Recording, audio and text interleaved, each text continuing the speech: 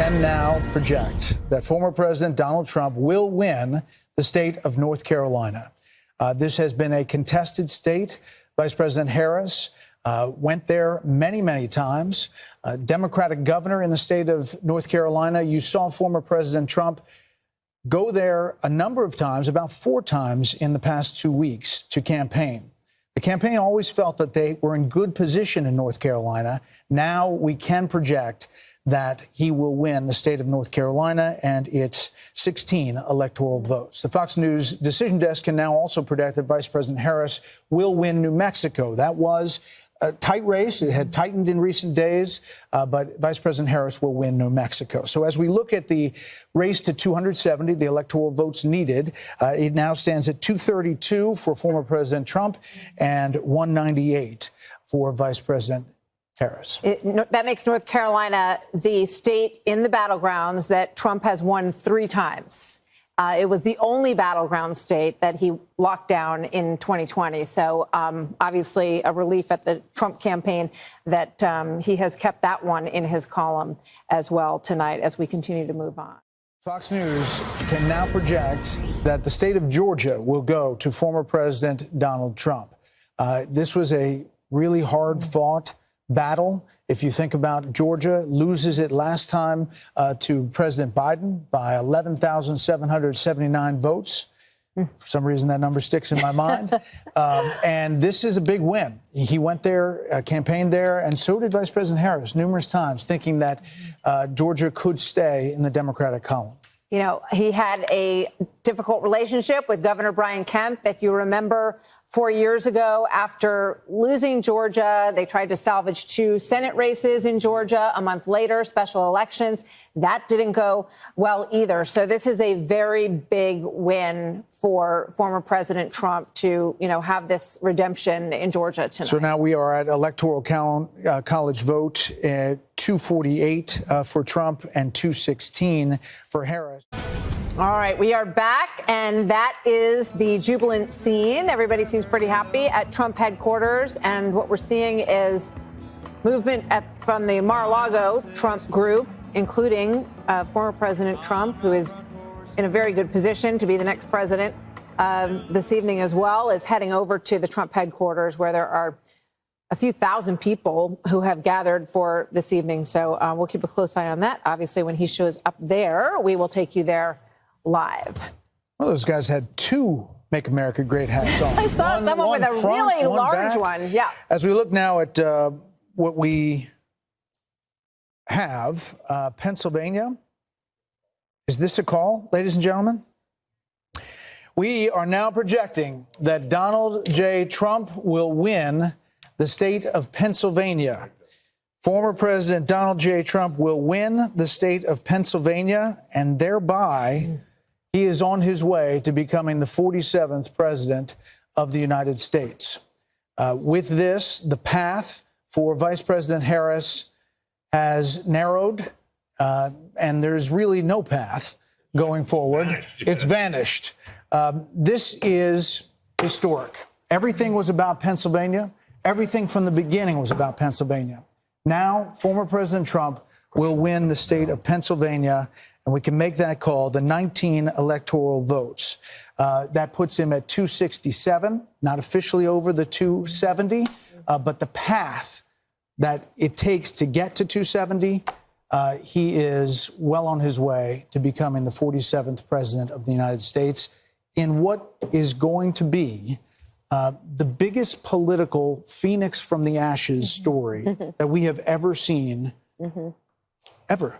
I mean, I'm going to say it's more than Grover Cleveland in 1892. Yeah, 1892. I don't think that Grover Cleveland was not the subject of a Russia investigation, 2 impeachments, 2 assassination attempts. Indictments. They have indictments, 91 indictments, convictions, and there is almost nothing that hasn't been thrown at this former president, and his tenacity in wanting to go back and run again, which he announced immediately after he lost in 2020.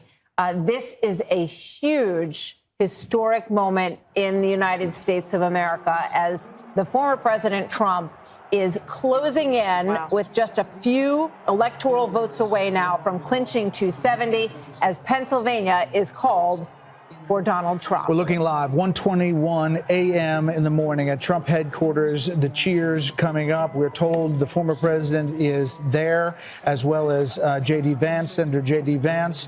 They are getting ready to hear from former President Donald Trump. Again, at 267, not there yet, but looking at where that vote is in Wisconsin, where the vote is in Michigan, where the vote is in Nevada and in Arizona. There is no path, Brit Hume, for Vice President Harris, and just 30,000 feet. What this means. Well, I'm old enough to remember when Richard Nixon was declared dead in 1962. Remember the famous speech he said, "You don't have Nixon to kick around anymore." No one could have imagined after that failed race for governor that he could have come back in 1968 and been elected president. That was a hell of a comeback. This, to my eye, was a man who was faced with many more slings and arrows than Nixon had been at that time, hated though he was by the Democrats. This surmounts that. This is an extraordinary comeback.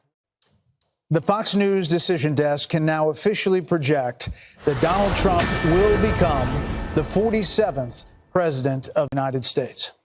The former president's comeback will be complete with a win in Wisconsin, a state that he narrowly lost 4 years ago. He is now the second president in U.S. history to win non-consecutive terms. The first was Grover Cleveland in the late 1800s. Senator J.D. Vance will become the 50th vice president of the United States. Voters express deep frustration with the Biden administration, and former President Trump and the future President Trump overperformed in urban areas, particularly with men, proving that the strategy that they doubled and tripled down on over the course of the last few months absolutely succeeded and brought him back to the White House. 47th president of the United States. Former President Trump now defeats Vice President Kamala Harris, who entered this race just over 100 days ago. And for Democrats, they were projecting the possibility of running the table with battleground states. David Plouffe with the Democratic campaign of Harris campaign suggested that just yesterday.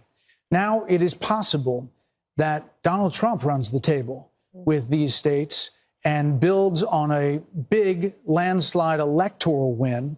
We don't know where the popular vote is going to finish out, but we do know that he will be going back to the White House. And with him, Brit Hume, will be a lot of changes because he will have been there once and will know what he wants to do. You know, he often accounts for the fact that he had so much turnover in his first term, in his term as president, by the fact that he didn't really know Washington, and he was new to this realm that he had come to win the presidency in, and he promises us that now he knows whom he wants to hire. Now he knows the kind of people he wants to have around him.